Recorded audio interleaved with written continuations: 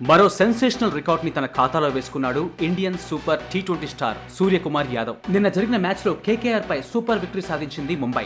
ఆ మ్యాచ్ లో 9 బంతుల్లో 27 పరుగులు చేసిన స్కై టీ20 క్రికెట్ లో 8,000 పరుగులు చేశాడు. ఇంటర్నేషనల్ టీ20, ఐపీఎల్ అలాగే వివిధ టీ20 టోర్నమెంట్స్ కలిపి 312 ఇన్నింగ్స్ ఆడిన సూర్యకుమార్ యాదవ్ ఈ ఘనత సాధించాడు.